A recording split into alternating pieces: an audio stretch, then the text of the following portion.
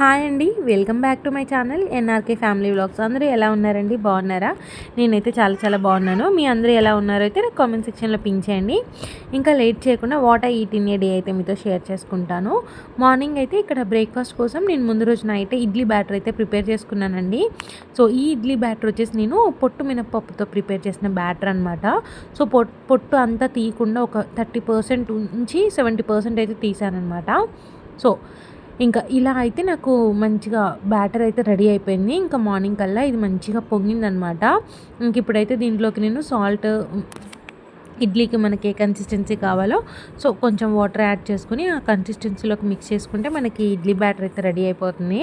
So మనం normal మనకి without పొట్టు ఉన్న గుళ్ళతో చేస్తాం కదండి, దానికి అండ్ అలాగే పొట్టు మినపప్పుతో చేసే ఇడ్లీకి చాలా డిఫరెన్స్ అయితే ఉందండి. నేనైతే ఇది ఈరోజు అబ్జర్వ్ అయితే చేశాను. ఇవి చాలా మెత్తగా అండ్ దూదుల్లాగా వచ్చాయన్నమాట దాంతో కంపేర్ చేసుకుంటే. అండ్ అలాగే నేను ఇక్కడ ఏంటంటే కొంచెం రవ్వ క్వాంటిటీ అనేది తగ్గించానమాట. సో 1.5 గ్లాస్ నేను మినపప్పు తీసుకుంటే 2 గ్లాసెస్ మాత్రమే నేను రవ్వ అయితే యాడ్ చేశానమాట. యాక్చువల్గా 1.5 గ్లాస్ మినపప్పుకి 3 గ్లాస్ రవ్వ అయితే యాడ్ చేస్తాం కదా. సో అలా కాకుండా నేను ఒక 2 గ్లాసెస్ అయితే యాడ్ చేశాను అనమాట. సో నాకు మంచిగా పిండి అయితే రెడీ అయిపోయింది. అండ్ ఇడ్లీలు కూడా చాలా సూపర్గా అయితే వచ్చాయండి. అయితే ఇంకా అదైతే పక్కన పెట్టుకున్నానండి బ్యాటర్ రెడీ చేసేసి. ఇంకా తర్వాత మార్నింగ్ డ్రింక్ కోసం అయితే ఈరోజు సింపుల్గా లెమన్ హనీ అయితే తాగేద్దామని చెప్పేసి ఇక్కడ హాట్ వాటర్ అయితే కాచుకున్నాను. ఇంకా దీంట్లోకి నేను చియా సీడ్స్ కూడా యాడ్ చేసుకుంటున్నానండి. సో ఫస్ట్ గ్లాస్లో ఒక 4 to 5 టేబుల్ స్పూన్స్ దాకా అయితే చియా సీడ్స్ యాడ్ చేసుకున్నాను. తర్వాత హాట్ వాటర్ అయితే వేసేసుకుని దాంట్లోకి హాఫ్ లెమన్ అయితే పిండుకున్నాను అనమాట. ఇంకా దీంట్లోకి వచ్చేసి నేను హనీ అయితే యాడ్ చేసుకున్నానండి. ఈ హనీ వచ్చేసి నాకు మా అక్క తెచ్చిచ్చారు. తను మంతెన సత్యనారాయణ ఆశ్రమం నుంచి అయితే ఆ హనీ అయితే తెప్పించారనమాట. సో వాళ్ళు ఏంటంటే మనకి సింగిల్ అయితే ఇవ్వరనమాట. సో 4 బాటిల్స్ అయితే ఇస్తారు. మీరు ఇప్పుడు చూసినట్టయితే మీరు చూసారు కదా ఇప్పుడు నా బాటిల్ ఎంత ఉందో, సో అంత బాటిల్ అయితే 4 బాటిల్స్ అయితే ఇస్తారనమాట.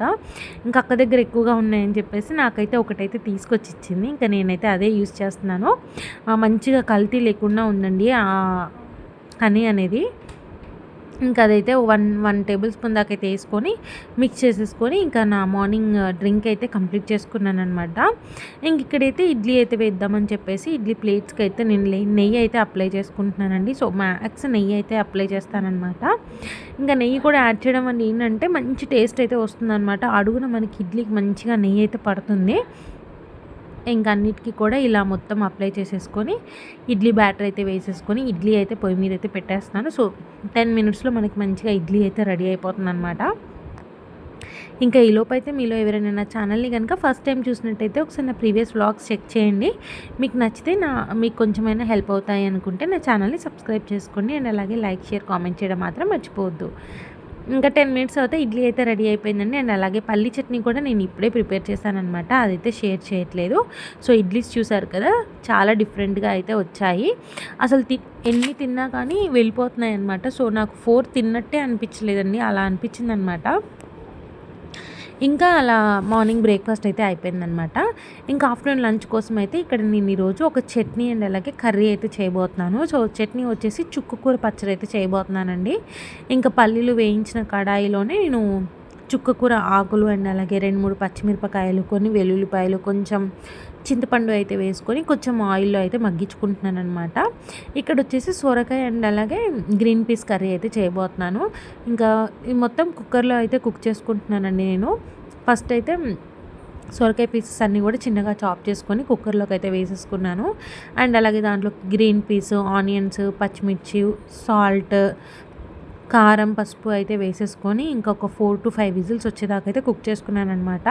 నార్మల్గా కుక్ చేసుకుంటే ఏంటంటే కొంచెం సొరకాయ అనేది ఉడకకుండా అయితే ఉంటుంది. సో కుక్కర్లో కుక్ చేస్తే ఏంటంటే కొంచెం తొందరగా ఉడికిపోతుందిలే అని చెప్పేసి ఇంకా కుక్కర్లోకి అయితే వేసేసాను అనమాట. ఇంకా ఇది మనం తాలింపు పెట్టుకోవడమే. లేదు అని అంటే మనం తాలింపు పెట్టుకుని కూడా నార్మల్గా కుక్కర్లో చేయకుండా కర్రీ చేసేసుకోవచ్చు.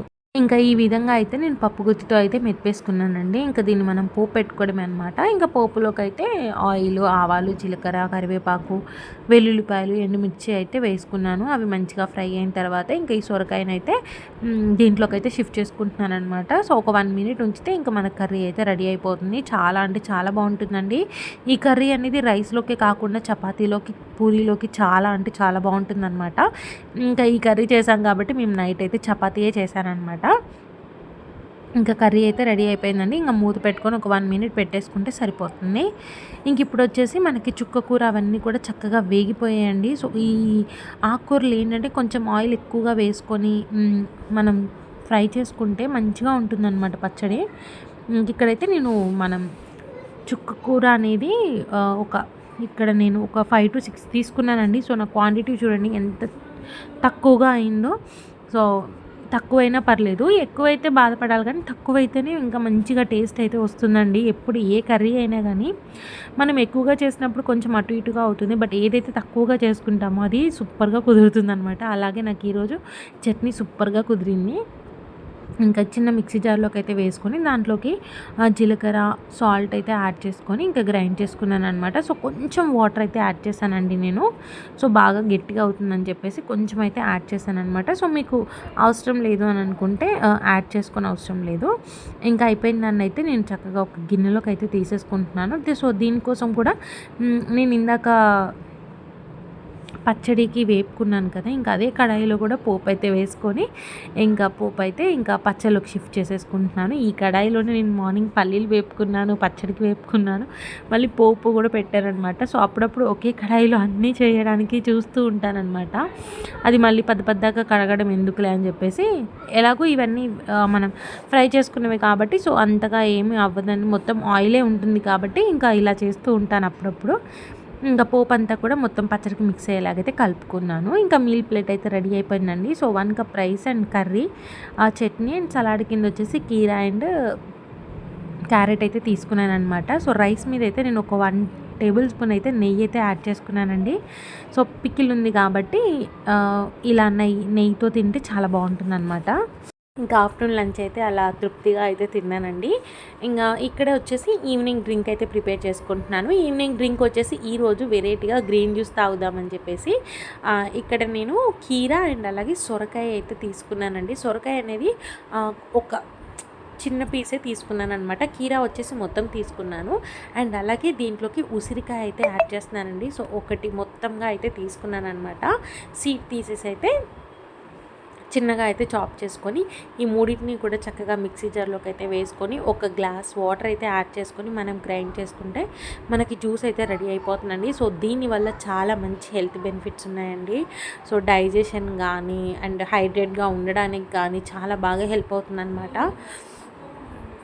ఇంకా జ్యూస్ అయితే రెడీ అయిపోయిందండి. సో దీన్ని అయితే నేను ఫిల్టర్ అయితే చేసేసుకున్నాను. ఇంకా దీంట్లోకి వచ్చేసి నేను ఒక హాఫ్ లెమన్ అయితే తీసుకున్నాను. ఈ జ్యూస్లో లెమన్ అనేది చాలా టేస్ట్గా ఉంటుందండి. సో నాకు చాలా ఇష్టం అనమాట. కీరా కానీ కొత్తిమీర కానీ ఇలాంటి జ్యూసెస్లో లెమన్ పిండుకుంటే చాలా మంచి టేస్ట్ అయితే వస్తుందన్నమాట. ఇంకా హాఫ్ లెమన్ దాకా అయితే పిండేసుకొని ఇంకా 1 గ్లాస్ మొత్తం నేనే తాగేశాను అనమాట.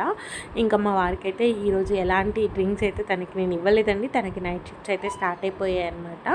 ఇంకా తనైతే మార్నింగ్ అంతా పడుకుంటారు కాబట్టి ఇంకా తనకైతే ఇవ్వడానికి కుదరదు కాబట్టి ఇంకా నేను ఒక్కదాన్ని చేసుకుంటున్నాను. ఇంకా నా దగ్గర చియా సీడ్స్ సోక్ చేసినవి ఉన్నాయండి.